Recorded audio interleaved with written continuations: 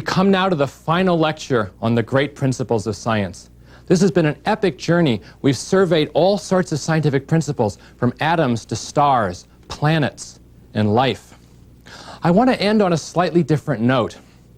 Rather than capping off with one more of the great discoveries of science, I want to explore some of the unanswered questions of science, the vast scientific frontier that remains unexplored.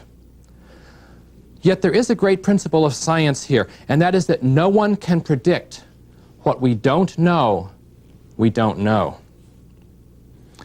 In this lecture, I want to tell you about unanswered questions, the vast unexplored territory of science that's going to captivate science and science watchers, which I hope includes all of you now, for centuries to come.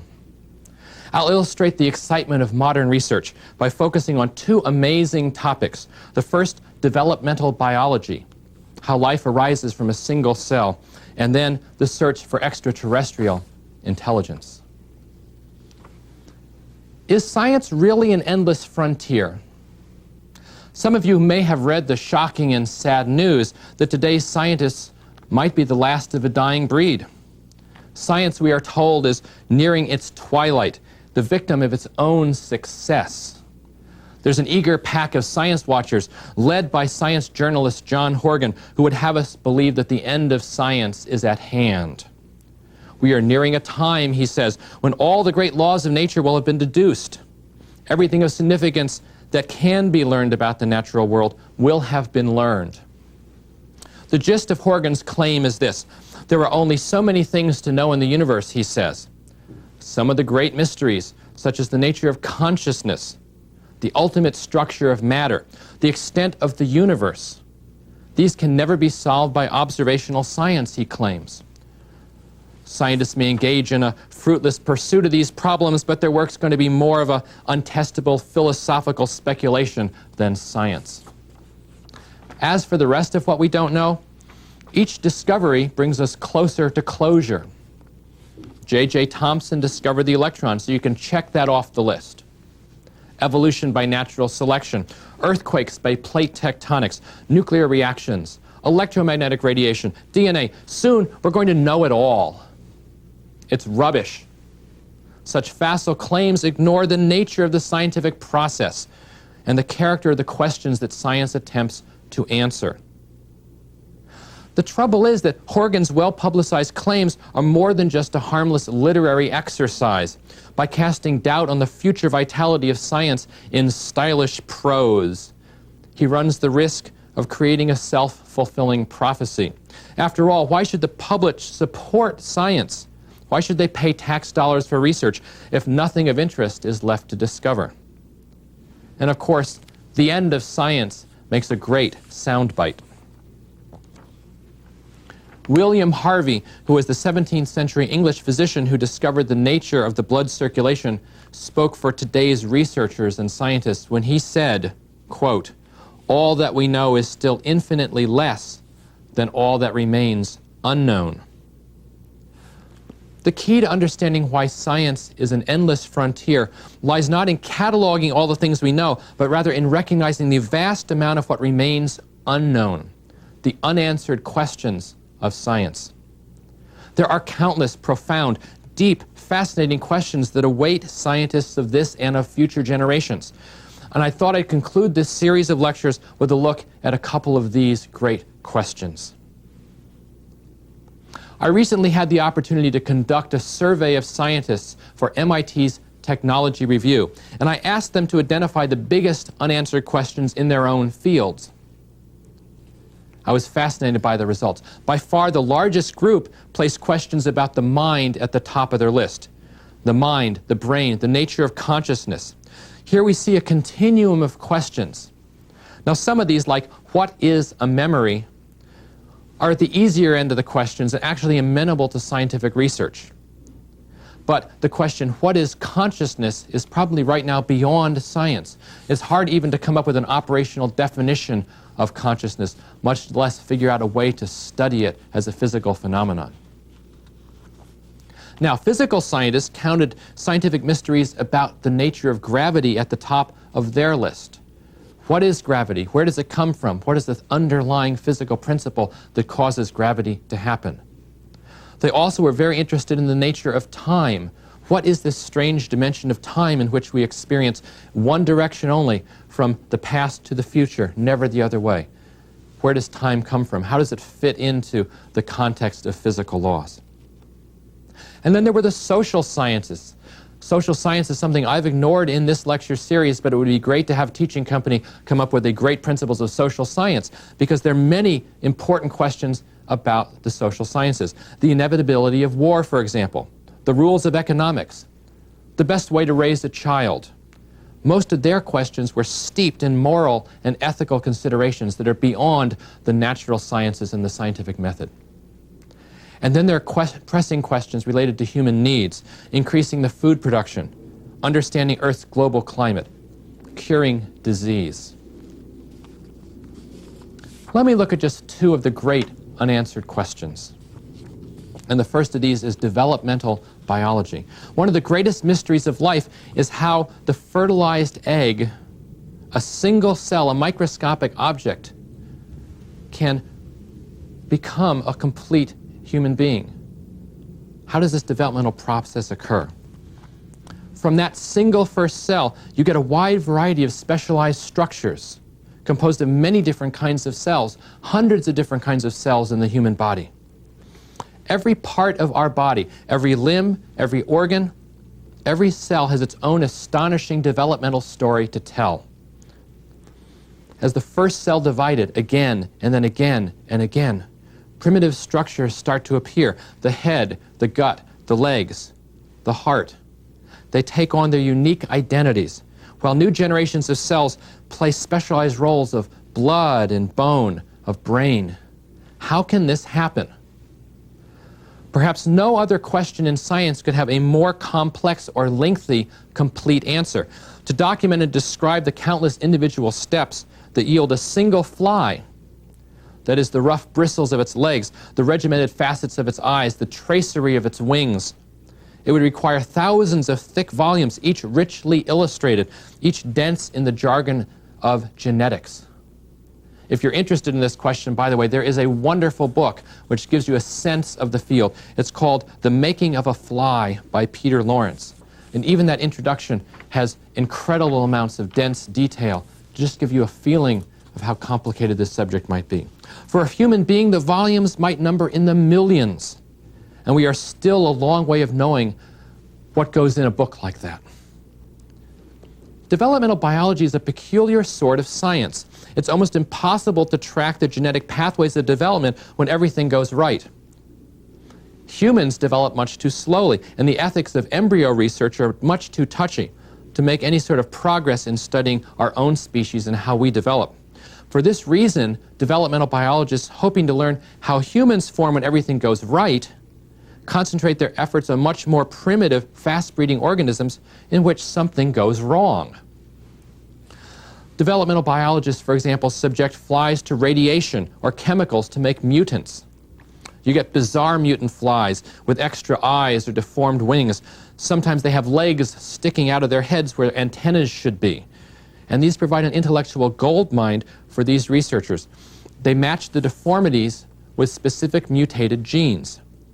It's sort of like learning how a plane or an automobile works by trying to pull out different pieces and seeing when it crashes. The chemical signals that begin development start in the egg. For example, let's think about flatworms, which is one of the subjects of developmental biologists.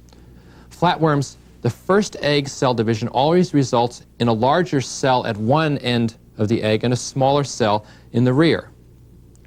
Chemicals in the egg then control this orientation in the first cell division.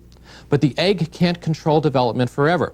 In the flatworm, after 2 cell divisions, that is a total of 4 cells, removal of any one of those cells results in grievous deformity to the flatworm. So evidently from that point on, the cells themselves send signals that guide development. The details of those signals, which may involve subtle interactions of many different chemicals, they're often obscure, but one principle has become clear. Each cell's role is determined by which of its genes turn on or turn off. Remember, every cell has all of the genes, Every cell in your body, for example, has every gene needed to make every part of your body. And yet cells take on specialized functions because one set of switches produces a nerve cell, another set generates muscle cells, another set generates skin cells, and so forth. We don't yet know what triggers those sets of genes. But every cell must be controlled by chemical signals. There has to be a unique chemical mix in a unique three-dimensional configuration. The details can be absolutely mind-numbing, involving literally thousands of genes in complexly intertwined arrays. To identify and understand all of these genes is just going to engage biologists for centuries. We may never know all the details of the developmental processes, the processes that sculpt our faces, that form our bodies, that give us our individual and unique minds. What we can hope to learn, though, perhaps even within a few decades, are some of the general principles that govern these developmental processes and also control the eventual death of all living things. In the process, I think we may be able to find new ways to heal broken and diseased bodies. Remember, every cell has the instructions to make any part of your body. So some days, patient may be able to regenerate their own damaged kidneys or their own damaged lungs from a single healthy cell. We may have victims of brain or spinal injuries that coaxed into producing new nerve cells and regenerating their nervous system. These instructions are buried deeply in all of us. We only need to learn how to read them. There was a recent breakthrough. Since I started giving this series of lectures, an important breakthrough in exactly this field. It was the discovery and the separation of human embryonic stem cells. These are cells from the earliest stage of an embryo. They're undifferentiated cells, cells that could become any part of your body. These cells hold out the prospect for curing many conditions from Parkinson's disease to spinal cord injury. And keep watching the news. Research on these cells is certainly going to be a very prominent part of developmental biology in the next few years. Well, let's turn to another very different unanswered question. Are we alone? This remains one of the most profound unanswered questions in science, the search for extraterrestrial intelligence. This is called SETI. And by the way, it's also the subject of a new teaching company lecture series, which you might want to see in conjunction with this one on the principles of science. Prior to the late 1950s, before the launch of Sputnik, any quest for alien life was mocked as beyond the domain of serious science. It had nothing to do with scientific research. But that changed in 1959 when Giuseppe Cocconi and Philip Morrison, who are both physicists at Cornell University, transformed the scientific status of SETI because they proposed a simple and compelling experimental strategy for searching. Science requires reproducible observations and experiments. And until you have those experiments and the protocol for them, it's not scientific. But Cocconi and Morrison changed all that. They proposed looking for characteristic radio signals from nearby sun-like stars.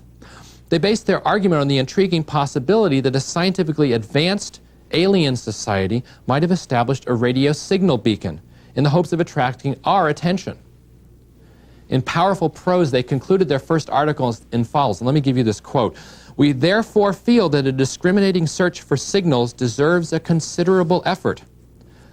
The probability of success is difficult to estimate, but if we never search, the chances of success are zero." Within 2 years, the National Academy of Sciences had organized a meeting of some of the world's leading astronomers to plot a strategy for SETI research. Now, are we alone is a question unlike most of those in science, most of the principles that I've talked about in this lecture series. See, most scientific questions are answered only gradually, and they require lengthy and inherently incomplete answers. But the search for intelligent technological life is different. The only possible answers are, yes, there is life, or we don't know. Until we discover an alien intelligence, we can never be certain of our solitude. A single, unambiguous communication or direct contact with another technological species is going to instantly answer the question and change forever our perception of life in the universe. Of course, the question also differs from most others in science in that it may be answered even if we never lift a finger. They may find us first. but I don't think we should count on that. Of course, once the alien life form is found, there are myriad new questions. Whole new areas of science are going to open up. We're going to try to find out about their distant origins, their novel biology, their technological capabilities, their ultimate intentions, and these ideas and others are going to consume scholars' lives for centuries to come. We don't know of any alien technological societies right now, but we can at least attempt to guess the probability of their existence. And this idea of estimating how many alien societies there might be was first proposed by SETI pioneer Frank Drake, who's a professor of astronomy at San Diego campus of the University of California. He suggested that there are 7 factors, each worthy of independent study and thought, and that each of these 7 factors contribute to the probability that an intelligent life form exists on other worlds. Let me go through these 7 points. It's fascinating to think about this process. His first question is pretty straightforward. How many sun-like stars are out there? Life as we know it cannot evolve and thrive without the energy of a sun-like star. Larger stars burn much too quickly. Smaller stars don't have enough energy. So you need a sun-like star. And Drake estimated that our galaxy holds perhaps 500 million possible suns. We can actually hope to answer this first question in the Drake equation by observations of the other stars around our galaxy. So that's a pretty straightforward question. Okay, the second question. How many sun-like stars have solar systems? In our present view of star formation, from a nebula of dust and gas, it seems like planetary systems are almost inevitable. Thus, the Milky Way galaxy could hold 500 million solar systems that are not unlike our own. Once again, we're probably going to be able to make direct observations of this, perhaps in 10 or 20 years when those new space interferometric telescopes are in place. We can actually look for Earth-like planetary systems around sun-like stars. Drake's third equation, or his third question, is how many solar systems have Earth-like planets? In other words, you can have a solar system, but is there a planet appropriate to forming life? The hallmark of Earth is abundant liquid water, which is stable in a relatively narrow range of temperatures between 0 and 100 degrees Celsius. Venus is too hot, it's too close to the sun. Mars is too cold, it's too far away. So it seems unlikely that any planetary system could boast more than 1 or perhaps 2 worlds with liquid water.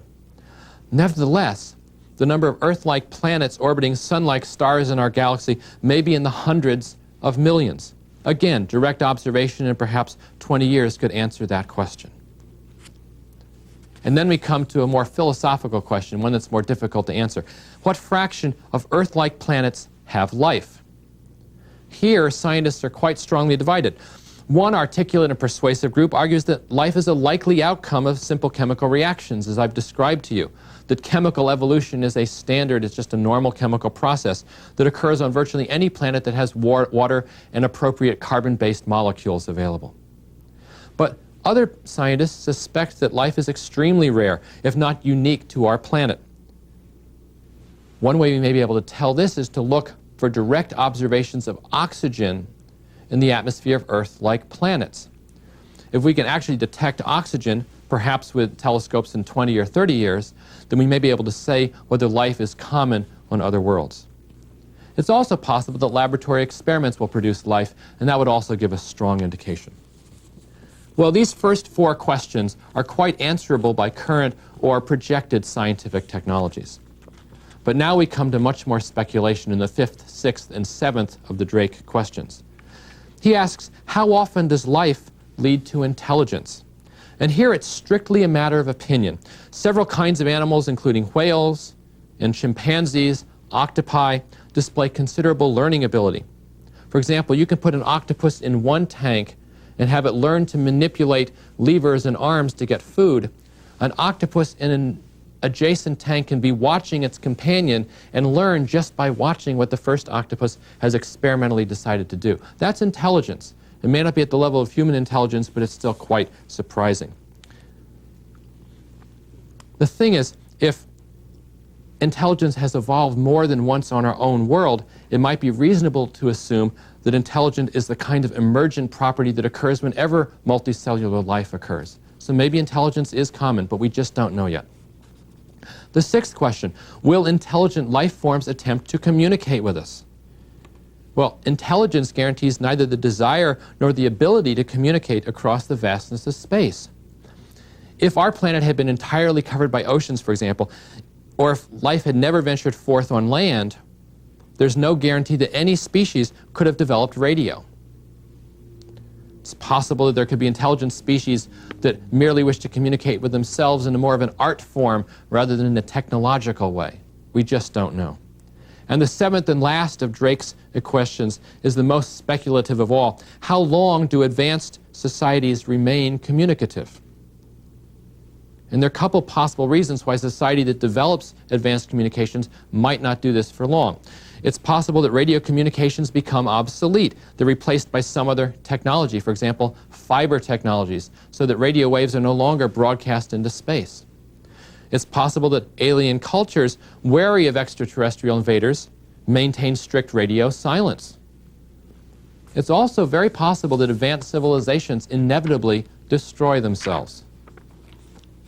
Though they are little more than pure guesswork, estimates of half-lives of a society with radio technology, published by various scientists who really aren't using scientific methods in this case, they range from a pessimistic few decades to millions of years. Well, what's the solution to Drake's equation? By his most optimistic estimate, assuming that almost every Earth-like planet eventually develops intelligent life, Drake suggested that signals will originate from 1 in every 4 potential planets. That's perhaps 150 million planets in our galaxy alone. On the other hand, his most pessimistic calculation assumes that signals are broadcast from 1 in a million Earth-like planets. That's perhaps only 500 in the entire Milky Way galaxy. Astronomer Carl Sagan also played this game, and he favored an intermediate number of as many as 10 million technological communities. If that's true, then the chances are good that one of them lives within 100 light years of our solar system. Our radio waves were first broadcast commercially earlier in this century, and they may have already begun to bathe that distant planet. And our closest stellar neighbors may have already formulated a reply to them. The MIT scientist Philip Morrison refuses to speculate on the best estimate for the Drake equation. He gives the following quote. He says, "That isn't the right question." He says, "The question is really, should we do something to find out? To find out, you must do something empirical." And so the search, the active search, goes on. Radio waves and microwaves traveling at light speed through space provide the most practical medium for interstellar communication, while radio telescopes provide ideal receivers for these potential signals.